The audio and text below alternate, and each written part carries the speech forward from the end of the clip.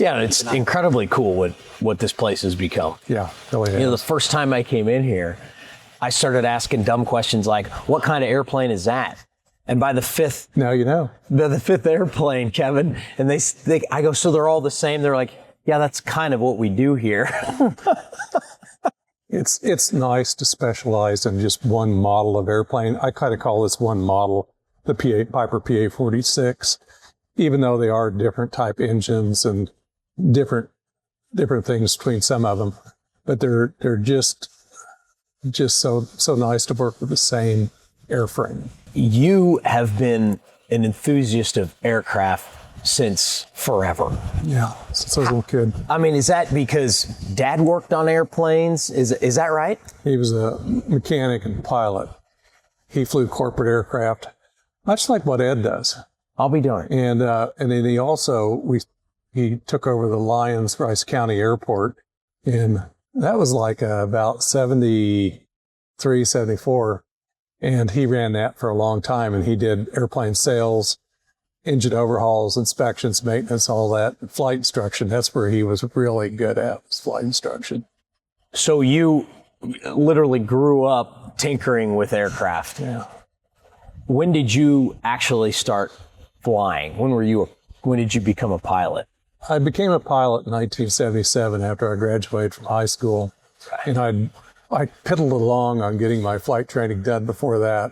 My father one time said, you should really get that written test down and get this over with. And so I finally did. What was the first aircraft you flew? As far as anything I soloed, it was like Cessna 150, 172, but I'd go up and I'd fly with my father quite a bit on some of the airplanes that he had. And like I say, he always had a lot of different sales airplanes through the hangar. And so got to play with all those. So I'm glad you said that Cessna. And by the way, a 150, 162, 172, isn't a 162 a thing? That's the little trainer. The trainer. So this is what's so hilarious to me. You are exclusively a Piper sales service 360. You guys can do it all. That's all we want to do. And it's with Piper only. And yet where you grew up and the first aircraft that you flew, which was invented about 30 miles from your hometown, was a Cessna. Clyde Cessna built his first, what was it called, a silver? I'm testing my history here. Oh, gosh. The Airmaster was one of the first ones. That was a wood-wing airplane, high wing. And then later on, the first metal one became like the Cessna 195, popular airplanes. Yeah, and Cessna still are, right? We're still building. Oh, it's amazing. And Pipers started actually in a very contemporary time to Clyde Cessna's kind of, initial success. They all kind of got started in the same time frame. Except in Pennsylvania. Yeah. All these aircrafts were started in Pennsylvania, and yet you grew up where Cessna started. How does that work? My grandfather owned probably more Piper airplanes than he did Cessna and Beechcraft. I'll be darned. He had quite a few airplanes over the years. Did the fact that we had so many, the pioneers of aircraft, Stearman, Cessna, Boeing, who is the other, Stearman, Cessna, and Beechcraft, yeah. I mean, they were all kind of competing with each other. They were all in the same market, and you could see that over the years, how they would develop rivaling type of aircraft to try to sell airplanes in the same class. Well, I mean, did that also contribute to your desire to continue to elevate, to steal a term, in the aircraft business? A little, yeah. It's just kind of funny. I always wanted to do my own thing. And when I worked for my father for quite a few years in Lyons, and then I always wanted to do my own thing. And it wasn't until much later that I started that. Well, when did you start Mead? 1998. Cool. Well, congratulations on 30 years, man. It's hard to believe. It's incredible. Yeah, I started this in Hutchinson, Kansas. And in fact, my father was based in our same hangar in World War II with the Navy. It's so weird how all this stuff comes around. Wow. So when you did you know that he was based in the hangar you started this business? I had a good idea, yeah. I'll be darned. Yeah. That is incredible. Okay, so you start in Hutch because that's the area in which you kind of grew up. But here we are in Johnson County in Kansas City, America, which I commented earlier, you couldn't be in a better place. Oh, it's great. Yeah. Because you got customers where? Everywhere. Everywhere. Yeah, they just come in from everywhere in other countries too. Well, what makes this kind of aircraft so popular with entrepreneurs and aerospace enthusiasts?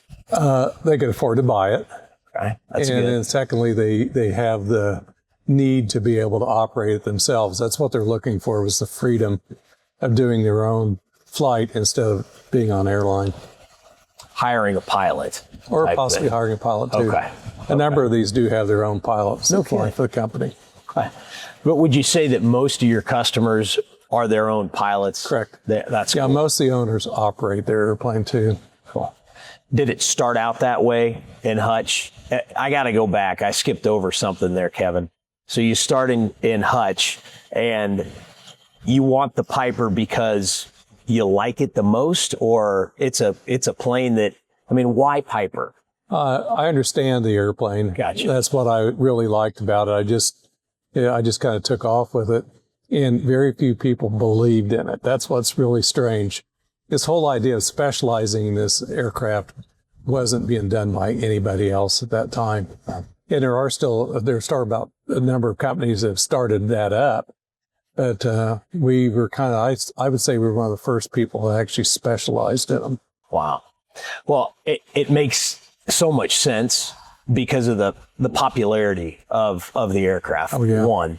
But also they have a chance to kind of get in at a reasonable, as you say, affordable level, and then stay with this aircraft and keep advancing with capabilities. Yeah, I think fair? It's an airplane, like I say, they can afford it. And then also it's relatively easy to operate. Everybody wants a new toy, right? Mm-hmm.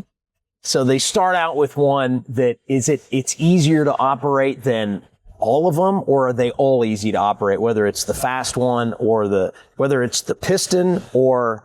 I would say the slower the airplane, the easier it is to fly and not Gotcha. crash. Makes sense. I think they have the best safety record the slower they get. Pipers have a great safety record as well. Relatively good, yeah. Cool. Nobody has a good record these days. Is that right? Yeah, it's pretty poor. This airplane appealed to a lot of people that also probably shouldn't have been flying.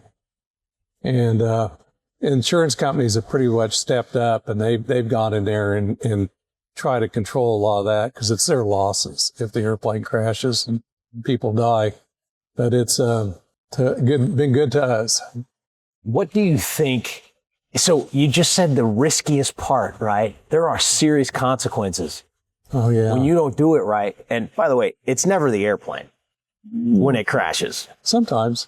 But I not mean, very from often. what I hear, it is Most of the time it'll be the pilot error, owner-operator. Yeah. right? We have, again, growing up in the air capital, we hear lots of stories, and almost exclusively it's pilot error when they do. Okay. So what's the old joke? There's old pilots. And bold pilots. Bold pilots. No old bull pilots. No old bold pilots. Well, speaking of that, so you started flying as a teenager, Yes. and then you actually, I mean, you didn't mess around. You went to school. And so where do you go to become an expert pilot? To be a pilot? Well, I mean, you went on to aviation training. Yeah, I went into just maintenance mainly. I enjoyed flying, but just didn't have the love of it that my father and my brother had. Interesting. Yeah, but I went to Tulsa to Spartan School of Aeronautics, and I really had to really do that right because a lot of the people that worked for my father in his shop came from the same school, and so I had to make top grades, and I did. Awesome. That's so interesting, though, that you care more about what's under the hood, so to speak. That's really where I enjoy myself the most. Well, so much so that, I mean, how many of these aircraft exist in the world? You know, I'm unsure. I would say Roughly. 2,800 airplanes, maybe. I'm just guessing between converted airplanes. It's kind of mix there. But I would say roughly 2,800. So it's a club worldwide of people that as soon as you meet them and they talk about the Piper, you just go, oh, yeah. You know, it's easy to talk to them. Even the different languages, we all talk the same language when it comes to aviation. So I've heard there's stories that you can name every single part. If somebody just simply pulls one out, you know that's a this. My memory's failing me these days, but you know, you see it day after day, so it's hard not to know it. Yeah. How many planes do you think you've worked on throughout your career? Oh my gosh, I have no idea. It had to be in the thousands. And when I worked for other companies, we worked on a lot of different airplanes.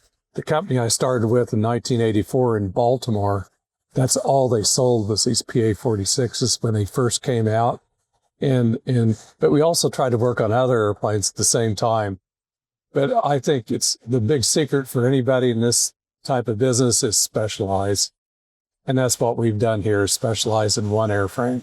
Well, when you specialize, you actually, not that it's an easy task to name every single part like you can, but at least if you're specializing, you really do get to understand. I made the comment earlier, we just heard, you know, this is an active runway that we're on here. When you hear somebody pull in, you can listen and go, I think I know what's not right. Sometimes, yeah, I've done that before, and it's really fun to notice it and call it out. And most of the owners are just like, I didn't know that was happening, but it's fun. Yeah, it is fun. Yeah. Well, you know what's important about any entrepreneur is to have a great team, because although you can turn a wrench on any one of these, and by the way, I hope that's it. That's a high term for me, turning a wrench on. Oh, that's great, yeah. You got an awesome team of mechanics and an awesome team of just everybody around here. Can you talk about how important it is to have a great team, and then talk a little bit about how you guys teach and train your mechanics? Well, most of the time for us, as far as with our mechanics, we try to train them on the job. There are training courses they can go to, and we do send them to those when they become available.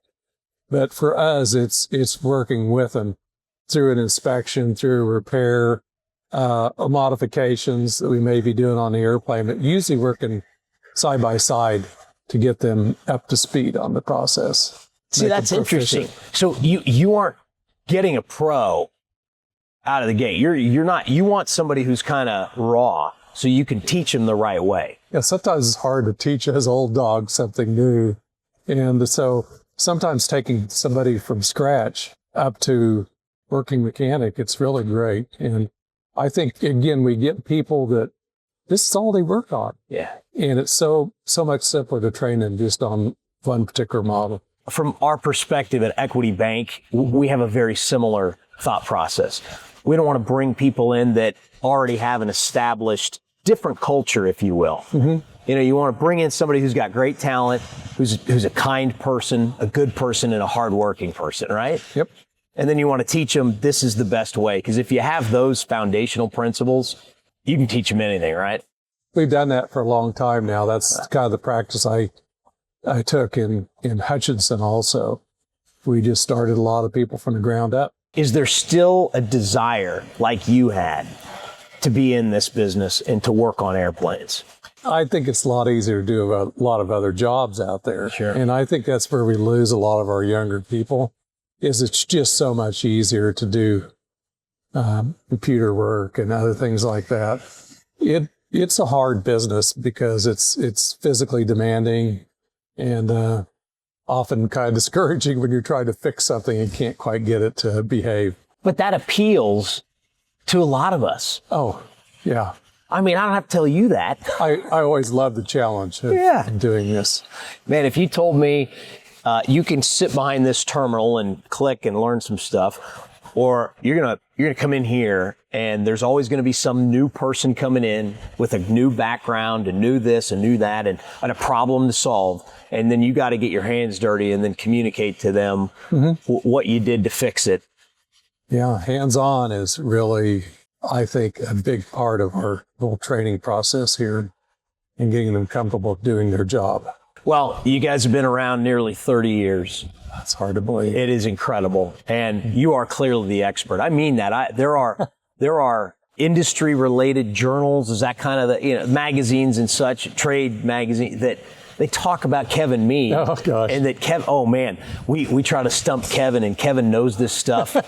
I mean, I tell you what, to talk to an expert in your field it's an incredible. I answer the hotline for the Owners Association. That's the Piper Malibu Mirage Owners Association. It's kind of gotten longer, but I answer the phone, and I've been answering it since about 1990. And it's been a big part of our business. But also the group formed in 1990, the MMOPA or PMOPA.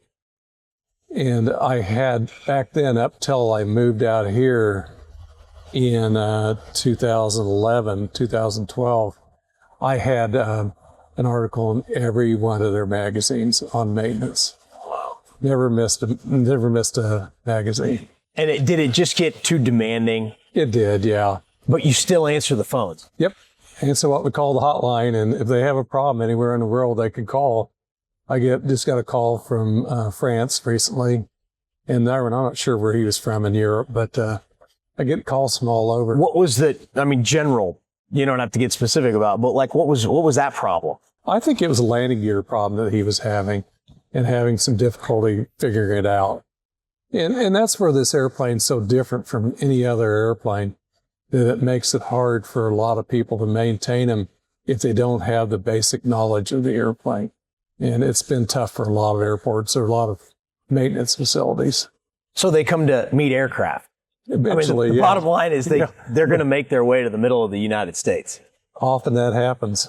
Wow. I had one airplane, it came to us in a container from Poland. And it was one of these conversions too, a jet prop conversion. But he had crashed it. And he just cut the wings off, put it in the container, and shipped it to us in Hutchinson, and we finished that airplane. Okay, I mean, how do you even go about, like he cut the wings off and took the fuselage, is that still the proper term? Cabin, maybe? Yeah, I don't know. The whole fuselage assembly. Okay. Took the horizontal stabilizer off here. And it shows up in a crate. It's hard to get out. But we removed it, and my wife at that time was not very happy with me about taking that job. But it became probably the most profitable job we ever had there. Wow. And it was really fun to see that thing fly away by the owner in the end, the same man that crashed it, flew it out of there. Incredible. Came to Hutchinson, Kansas, and flew it. Came and picked it up and flew it across the Atlantic again. So what is the range of, like, did he have to stop on the East Coast? Oh, yes. Yeah, okay. It'd take multiple stops Gotcha. across the water there.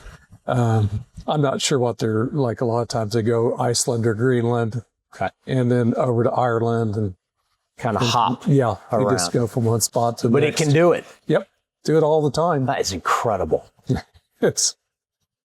We have people that will often show up at our annual convention. They're from Europe. They fly their own airplanes to us, to the convention. And then, they're calling you. They're coming. Is the convention every year? Yes.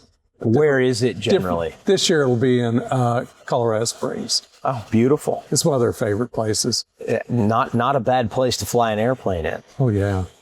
So will you fly commercially to that, or will you take one of your buggies? If there's empty seats, I'll take it, but I just soon go commercially just because it's easier for me a lot of times. And they give you a bag of pretzels. That's it.